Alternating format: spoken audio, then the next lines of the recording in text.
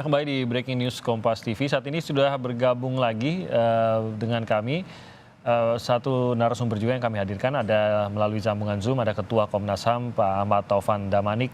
Selamat pagi, selamat siang Pak Taufan. Selamat siang. Ya, dan Dr. Nasib Mangaloy juga masih bersama kami di Breaking News Kompas TV. Saya ke Pak Taufan dulu.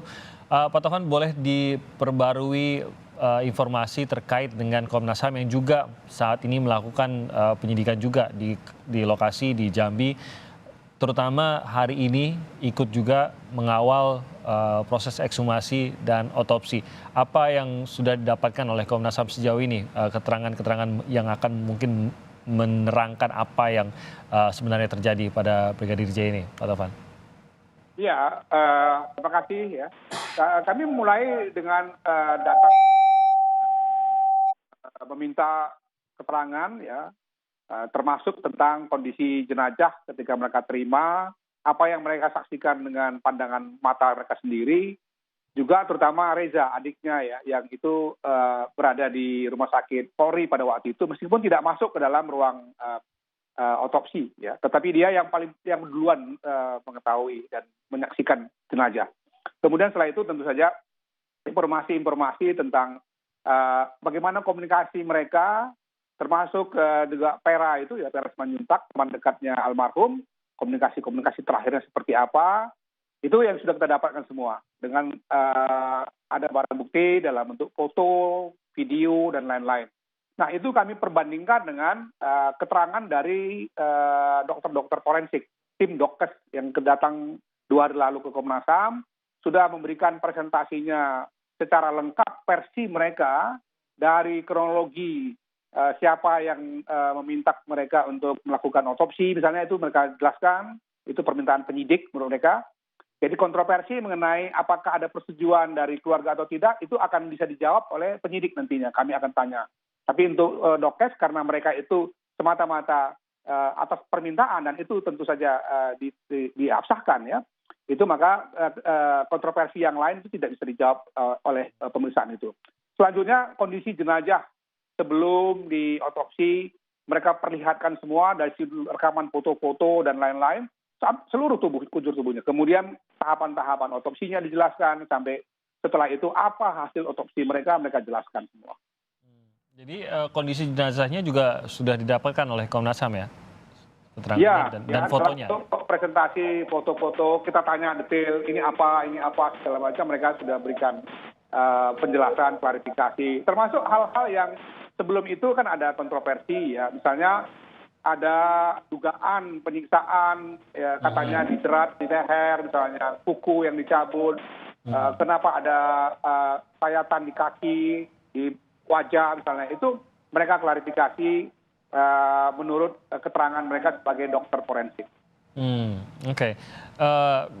Mungkin tanpa terlalu detail juga begitu, Pak Taufan, saya ingin menanyakan mengenai kondisi temuan dari jenazah itu sendiri, tapi dalam kaitannya ini aja, Pak Taufan, sebesar apa setelah bisa mengetahui kondisi jenazahnya, sebesar apa harapan dari tim ahli dan juga dari Komnas HAM bahwa kondisinya cukup baik untuk bisa mendapatkan keterangan yang lebih banyak pada saat nanti ekshumasi? Ya.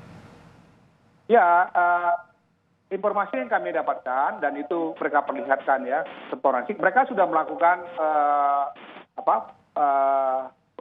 pemberian formalin. Itu yang mereka katakan, kenapa mereka misalnya menyayat bagian kaki untuk menyuntikkan cairan formalin itu ke pembuluh darah bisa masuk ke seluruh tubuhnya. Jadi artinya ada tahap di mana formalin sudah diberikan. Pihak keluarga memberikan keterangan yang sama, mereka juga setelah itu di rumah kediaman orang tua dari Brigadir Yosua itu juga melakukan proses formalin lagi untuk pengawetan jenazah. Jadi ada 2 kali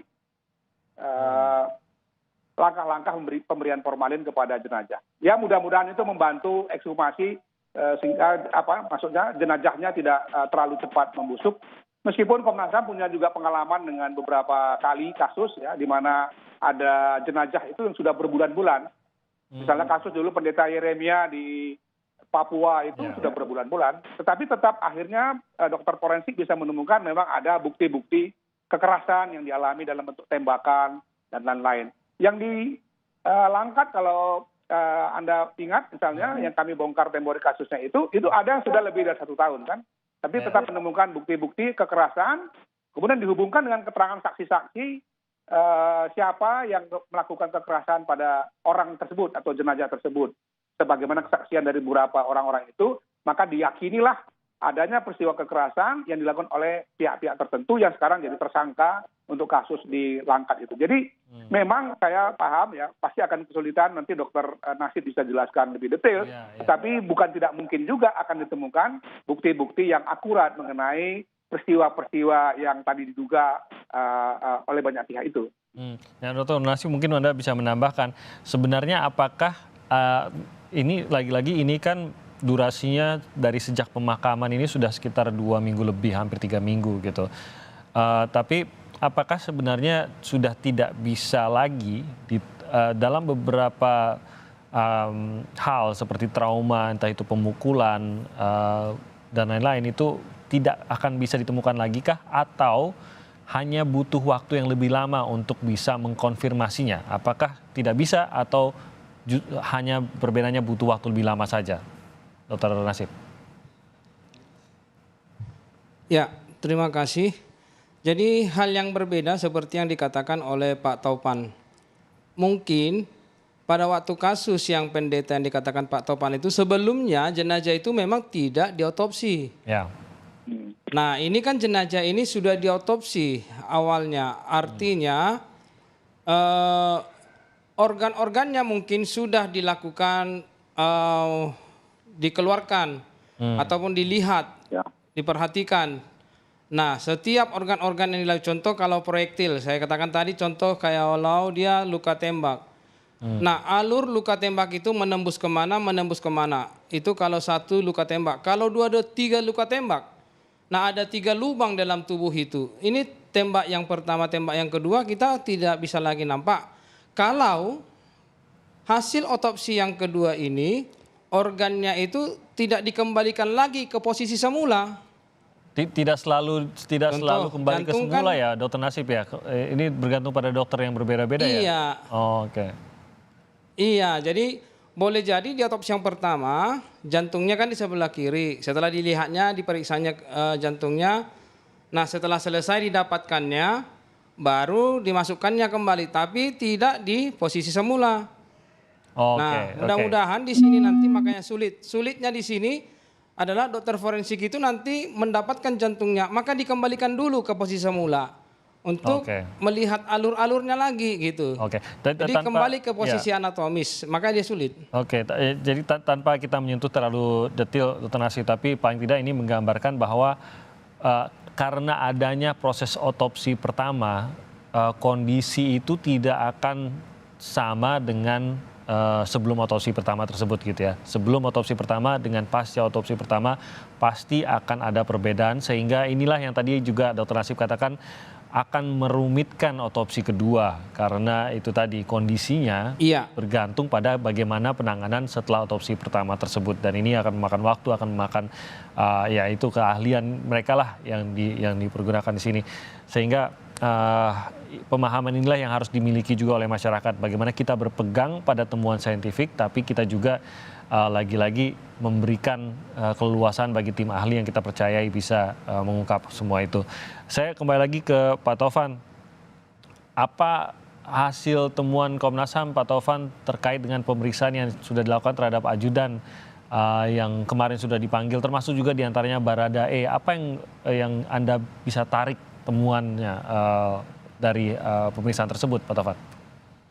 Ya, untuk sementara keterangan dari 6 orang ya, masih baru 6 orang. Kami kemudian mesti mendapatkan informasi ternyata masih ada nama-nama lain yang juga bekerja di rumah dinas maupun di rumah pribadinya saudara Ferdi Sambo. Karena itu nanti kami akan ada pemanggilan tambahan nanti ya. Tapi sementara ini memang mereka memberikan keterangan, terutama Baradae ini ya, memberikan keterangan peristiwa terjadinya seperti apa, diawali dari mana, yaitu dari mereka kan mengantarkan anggota keluarga dari keluarga Verdi Sambo ini ke Magelang karena sekolah di sana. Kemudian pulang ke Jakarta, jam berapa perginya, jam berapa sampainya.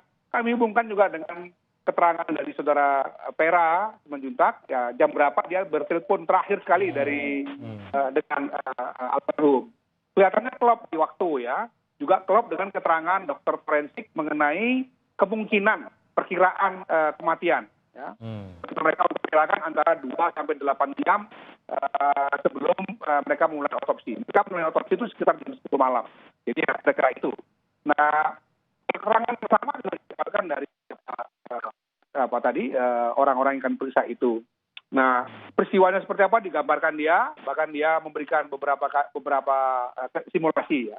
Tapi sekali lagi Komnas tidak akan berpegang semata-mata pada keterangan itu. Ini kami jadikan satu informasi penting dari satu pihak. Nanti kita akan konfirmasikan lagi dengan keterangan-keterangan lain, bahkan bukti-bukti lain. Hari ini kita meriksa misalnya kalau nanti bisa didapatkan tentu saja jejak digital dari korban, dalam hal ini Brigadir Y, kemudian Barada YE dan yang lain-lain. Mereka tentu berkomunikasi satu dengan lainnya, termasuk juga dengan hasil otopsi yang ada sekarang, yang sudah ada itu. Jadi akan ada pemanggilan untuk pihak lainnya ya, Pak Taufan. Kapan ini akan dilakukan dan siapa sebenarnya ini mereka? Hari ini ada pemanggilan untuk cyber, ya, dengan juga puslapor ya, untuk melihat jejak digital forensik digitalnya gitu.